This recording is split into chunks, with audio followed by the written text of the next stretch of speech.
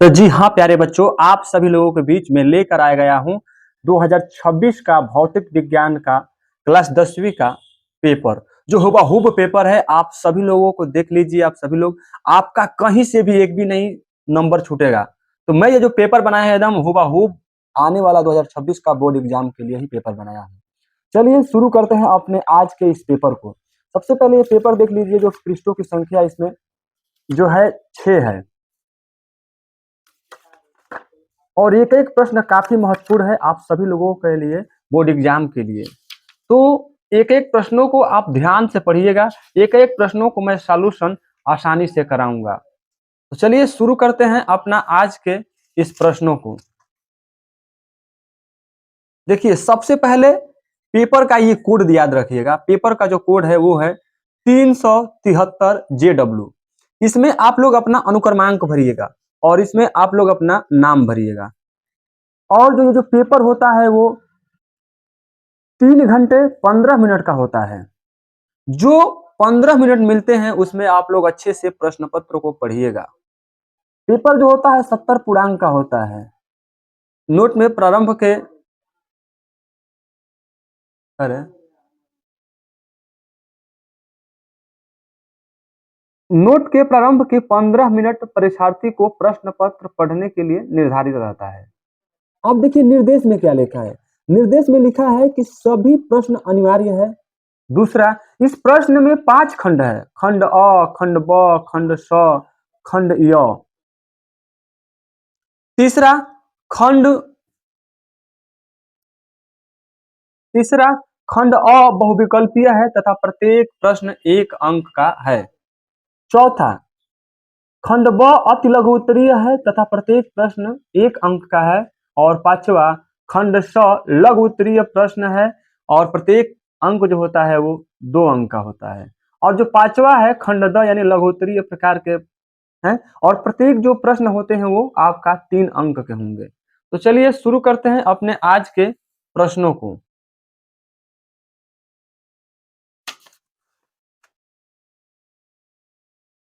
जो खंड अ यानी बहुविकल्पीय प्रश्न भाग पहला, देखिए जो पहला है हम लोगों का, वीडियो रोको।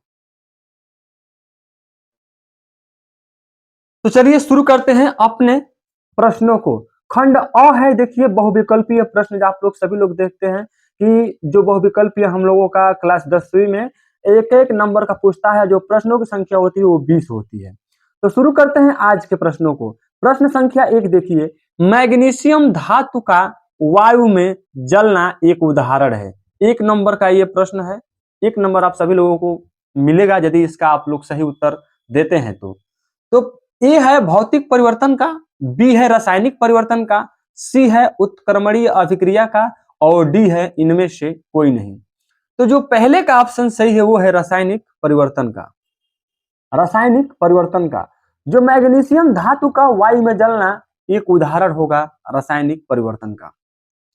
प्रश्न संख्या दूसरा, Fi2O3 प्लस 2L जब क्रिया करेगा तो ये बनेगा Al2O3 प्लस 2Fi। ऊपर दी गई अभिक्रिया किस प्रकार की है? यह भी 1 नंबर का प्रश्न है। ए संयोजन अभिक्रिया, बी द्विविस्थापन अभिक्रिया, सी वियोजन अभिक्रिया और डी विस्थापन अभिक्रिया। तो दूसरे का जो ऑप्शन सही है वो है हम लोगों का विस्थापन अभिक्रिया, यानी ऑप्शन नंबर डी। ट्रिक लगाइएगा डी। मैं आप लोगों को बताऊंगा कि कैसे बोर्ड कॉपी लिखना है। एकदम एक एक चीज को मैं आप लोगों के सामने आसानी पूर्वक रखूंगा कि कैसे कॉपियां लिखना है, कैसे आपका अच्छा अंक मिलेगा, कैसे आप लोगों को लिखेंगे ताकि आपका एक भी नंबर नहीं कटेगा। तो आप लोग एक एक चीजों को ध्यान से रखिए जी। प्यारे बच्चों, मैं आप लोगों को इतना सेट करवा दूंगा, इतना पेपर करवा दूंगा कि आप लोगों का एक भी नंबर नहीं छूटेगा। बस आप लोगों से एक ही निवेदन है कि आप लोग मेरे वीडियो को ज्यादा से ज्यादा शेयर करिएगा ताकि आपके साथ पढ़ने वाले भाई जो हैं, आपके साथ पढ़ने वाली बहन जो हैं, उन लोग भी अच्छा से पास हो जाएं। क्योंकि मैं जो ये पेपर बनाया हूं हुबहू आएगा प्रश्न। तो आप लोग एक एक चीज को ध्यान से देखिएगा। प्रश्न संख्या 3, सिट्रिक फल यानी नींबू, संतरा आदि में उपस्थित रहता है। क्या रहता है भाई? जिसके कारण जो होता है स्वाद खट्टा लगता है। जब आप लोग नींबू वगैरह खाते हैं तो किसके कारण खट्टा लगता है वो पूछता है प्रश्नों में। तो उसमें क्या पाया जाता है, तो पहला जो है एसिटिक अम्ल पाया जाता है, बी सिट्रिक अम्ल पाया जाता है, सी टार्टेरिक अम्ल पाया जाता है और डी इनमें से कोई नहीं। जो 3 का उत्तर सही है वो है ऑप्शन नंबर आप लोगों का बी, सिट्रिक अम्ल पाया जाता है, जिस कारण नींबू होता है, जो संतरा होता है वो क्या होते हैं, खट्टे होते हैं। तो ऑप्शन नंबर बी पर ट्रिक लगाइएगा आप लोग। चलिए चौथा, शुद्ध जल का पीएच मान होता है, यह भी 1 नंबर का है। सारे प्रश्नों के आगे हम लोग जो है नंबर डालते हैं कितना, कौन सा प्रश्न कितने अंक का है। तो ए 0, बी 1, सी 7 और डी 14। जो शुद्ध जल का पीएच मान होता है वो होता है हम लोगों का 7। ऑप्शन नंबर सी सही है। शुद्ध जल का जो पीएच मान होता है वो 7 होता है।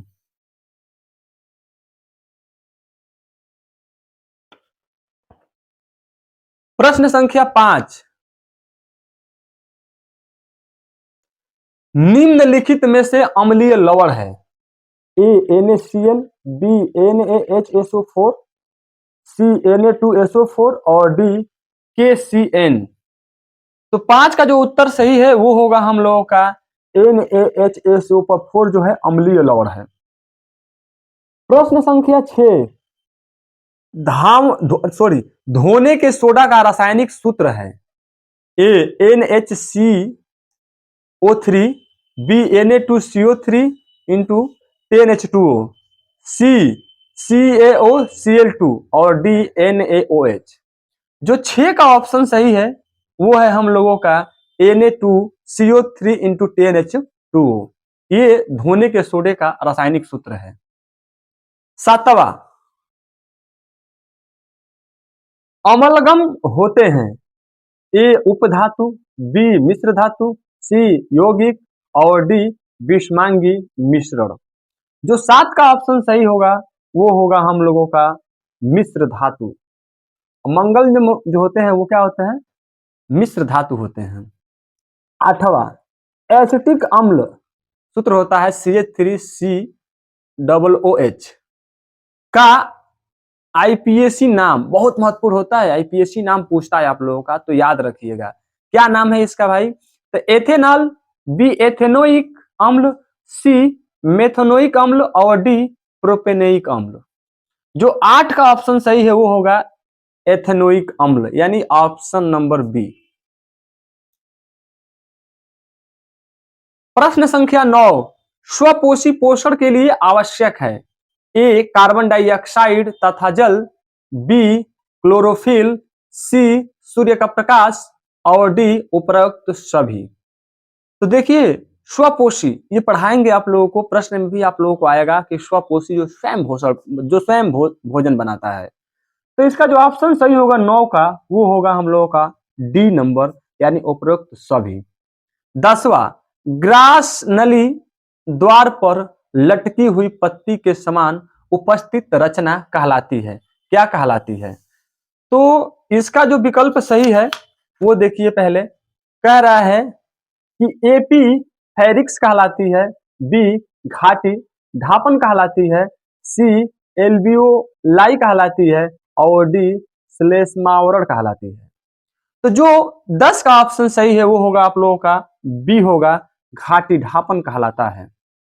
11 नंबर, ग्लाइकोजेनेसिस क्रिया में क्या बनता है भाई, ए ग्लूकोज बनता है, बी ग्लाइकोजन बनता है और सी विटामिन बनता है और डी प्रोटीन्स बनता है।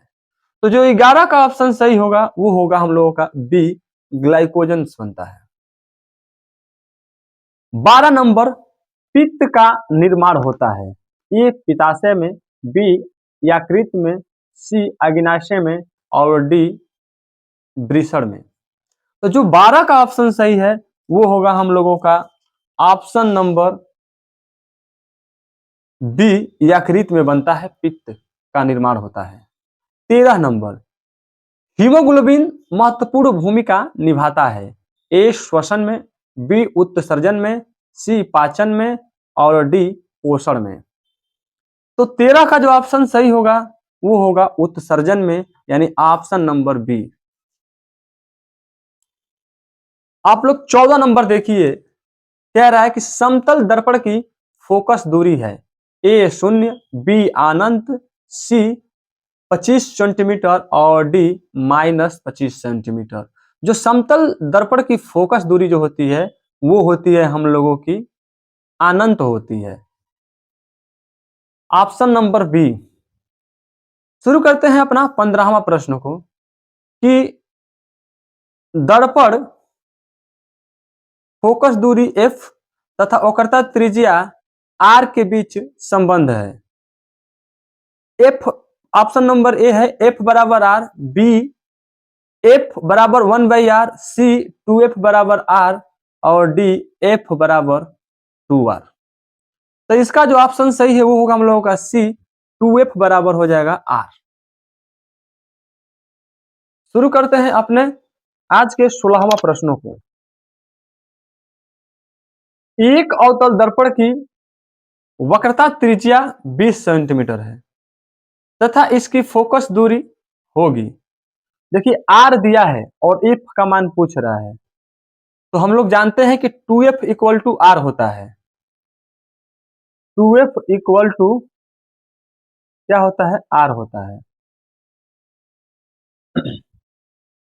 तो f बराबर क्या हो जाएगा? r बटा 2। तो f बराबर जो रख देंगे, f का मान जो हम लोग रख देंगे कितना, अरे r का मान दिया है 20 और 2 से काट देंगे 10। और अवतल दर्पण में क्या बनता है, जो फोकस बनती है वो ऋणात्मक होता है, यानी ऑप्शन नंबर हो जाएगा इसका कितना, बी -10 सेंटीमीटर। प्रश्न संख्या 17। दो माध्यमों के सीमा पृष्ठ पर एक प्रकाश किरण लंबवत आपतित होती है तो आपतन कोण होगा ए 0 डिग्री, बी 45 डिग्री, सी 60 डिग्री और डी 90 डिग्री। जो 17 का ऑप्शन सही होगा वो होगा हम लोगों का 0 डिग्री। कितना? 0 डिग्री। शुरू करते हैं आज के अपना 18वां प्रश्न को। मानव नेत्र द्वारा वस्तु का प्रतिबिंब बनता है ए कार्निया पर, बी आयरिस पर, सी पुतली पर और डी रेटिना या दृष्टि पटल पर। तो जो 18 का ऑप्शन सही है वो होगा रेटिना पर बनता है। किस पे? रेटिना पर बनता है। हम लोगों का ऑप्शन नंबर जो होगा डी सही होगा। 19वां। जब श्वेत प्रकाश प्रिज्म से गुजरता है तो सर्वाधिक किसका विचलन होता है? ए लाल रंग का, बी पीले रंग का, सी बैगनी रंग का और डी हरे रंग का। जो 19 का ऑप्शन सही होगा वो होगा हम लोगों का बैगनी रंग का। 20 नंबर। यकृत स्रावित करता है ए लार को, बी अग्नाशय रस को, सी जठर रस को और डी पित्त रस को।